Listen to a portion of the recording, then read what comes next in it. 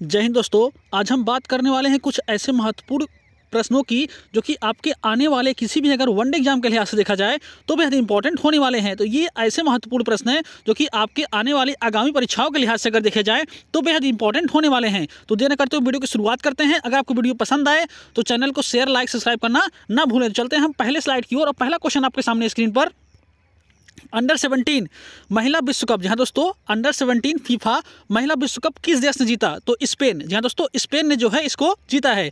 अगर प्रश्न नंबर 2 की बात की जाए तो राजनाथ सिंह ने किस राज्य में 2 हेलीपैड लॉन्च किए हैं? तो लद्दाख में। जहां दोस्तों राजनाथ सिंह द्वारा जो है 2 हेलीपैड लॉन्च किए गए, कहाँ पे? लद्दाख में। अगर अगले प्रश्न की बात की जाए तो अगला प्रश्न आपका बेहद ही इंपॉर्टेंट है और मोस्ट इंपॉर्टेंट प्रश्न आपका है प्रश्न नंबर 3 कि विश्व शाकाहारी दिवस कब मनाया जाता है? तो विश्व शाकाहारी दिवस जो है आपका 1 नवंबर को मनाया जाता है। अब चलते हैं अगली स्लाइड की ओर और अगला प्रश्न आपके सामने स्क्रीन पर प्रश्न नंबर 4 आपका है कि 53वां भारतीय अंतर्राष्ट्रीय फिल्म महोत्सव का आयोजन कहाँ किया गया? तो गोवा में। जहां दोस्तों अधिकतर जो है इसका आयोजन गोवा में ही किया जाता है। अगर बात की जाए अगले प्रश्न की तो 8 दिवसीय पुष्कर मेला कहाँ आयोजित कराया गया? तो बेहद ही इंपॉर्टेंट है यह प्रश्न आपका। कई बार जो है यह प्रश्न आपका परीक्षाओं में पूछा गया है।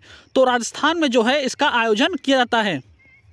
अगर अगले प्रश्न की बात की जाए तो मथुरा वृंदावन किस वर्ष तक कार्बन न्यूट्रल टूरिस्ट डेस्टिनेशन बनेगा? तो 2041 तक। जहां दोस्तों 2041 तक इसको बना दिया जाएगा। तो ऐसे प्रश्न जो आपके एग्जामों के लिहाज से अगर देखे जाएं तो बेहद इंपॉर्टेंट होने वाले हैं। तो अगली स्लाइड को चलते हैं। अगला प्रश्न आपका है और अगला प्रश्न आपका मोस्ट इंपॉर्टेंट प्रश्न है आपका। आपके आने वाले एग्जाम के लिहाज से देखा जाए तो बेहद इंपॉर्टेंट प्रश्न रहने वाला है कि किस देश ने दुनिया की सबसे लंबी पैसेंजर ट्रेन लॉन्च की? तो रूस द्वारा जो है सबसे लंबी पैसेंजर ट्रेन लॉन्च की गई है। अगर अगले प्रश्न की बात की जाए यूजीसी ने किस दिन को भारतीय भाषा दिवस के रूप में मनाने का जो है निर्देश दिया है? तो 11 दिसंबर को। जहां दोस्तों 11 दिसंबर को जो है भारतीय भाषा दिवस के रूप में मनाने का अधिकार मिल गया है। और अगर बात की जाए 10 दिसंबर को जो है विश्व मानवाधिकार दिवस जो है मनाया जाता है। चलते हैं अगले स्लाइड की ओर और अगला प्रश्न आपके सामने स्क्रीन पर प्रश्न नंबर आपका है कि टाटा पावर के स्वतंत्र निदेशक के रूप में किसे नियुक्त किया गया है? तो राजीव महर्षि को। जहां दोस्तों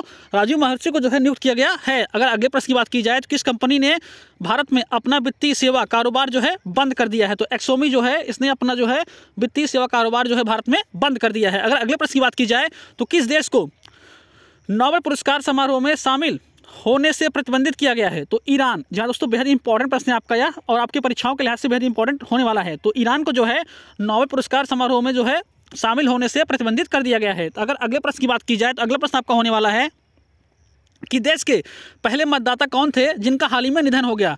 तो श्याम शरण नेगी। जहां दोस्तों श्याम शरण नेगी जी जो थे इनका हाल ही में निधन हो गया है। अगर अगले प्रश्न की बात की जाए तो विश्व की सबसे सस्ती विनिर्माण लागत वाले देशों की सूची में भारत किस स्थान पर है? तो पहले स्थान पर। जहां दोस्तों भारत जो है पहले स्थान पर है। अगर अगले प्रश्न की बात की जाए तो आपका अगला प्रश्न मोस्ट इंपॉर्टेंट होने वाला है। अगला प्रश्न आपका है कि सैयद मुश्ताक अली ट्रॉफी 2022 में किसने जीती है? मुंबई ने जो है यह ट्रॉफी जीती हुई है। अब चलते हैं अगले क्वेश्चन की ओर। हम अगला क्वेश्चन आपके सामने स्क्रीन पर कि गुरु नानक गुरु नानक देव जी की 553वीं जयंती कब मनाई गई? तो 8 नवंबर को जो है मनाई गई।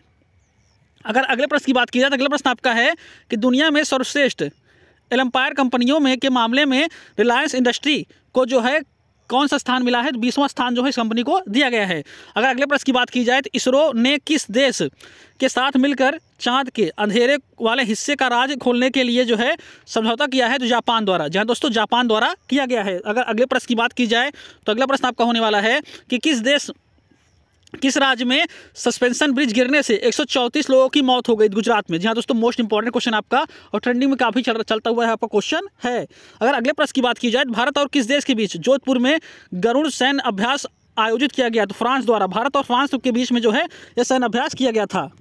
अब चलते हैं हम अगली स्लाइड की ओर और अगली स्लाइड आपके सामने स्क्रीन पर अगला प्रश्न आपका है कि किस राज्य में किस राज्य में स्थित मानगढ़ धाम को राष्ट्रीय स्मारक घोषित किया गया है? तो राजस्थान। जहां दोस्तों राजस्थान में यह आपका धाम है। अब चलते हैं अगले क्वेश्चन की ओर। अगला क्वेश्चन आपका बेहद इंपॉर्टेंट है कि भारत में यूपीआई के जरिए साल 2022 में लेन देन कितने करोड़ तक पहुंच गया? तो 730। जहां दोस्तों 730 करोड़ तक जो है यह लेन देन यूपीआई के थ्रू जो है पहुंच गया है। अगर अगले प्रश्न की बात की जाए तो अगला प्रश्न है कि किस स्पेस एजेंसी ने 63.8 टन वजनी दुनिया का सबसे शक्तिशाली रॉकेट लॉन्च किया तो स्पेस एक्स। यहाँ दोस्तों एलन मस्क की कंपनी स्पेस एक्स द्वारा यह जो है लॉन्च किया गया। तो ये आपके ऐसे प्रश्न थे जो कि आपके आने वाली परीक्षाओं के लिहाज से देखे जाएं तो बेहद ही महत्वपूर्ण होने वाले हैं। तो अगर आपको ऐसे प्रश्न की जरूरत है तो आप चैनल को शेयर, लाइक, सब्सक्राइब करना ना भूलें। धन्यवाद।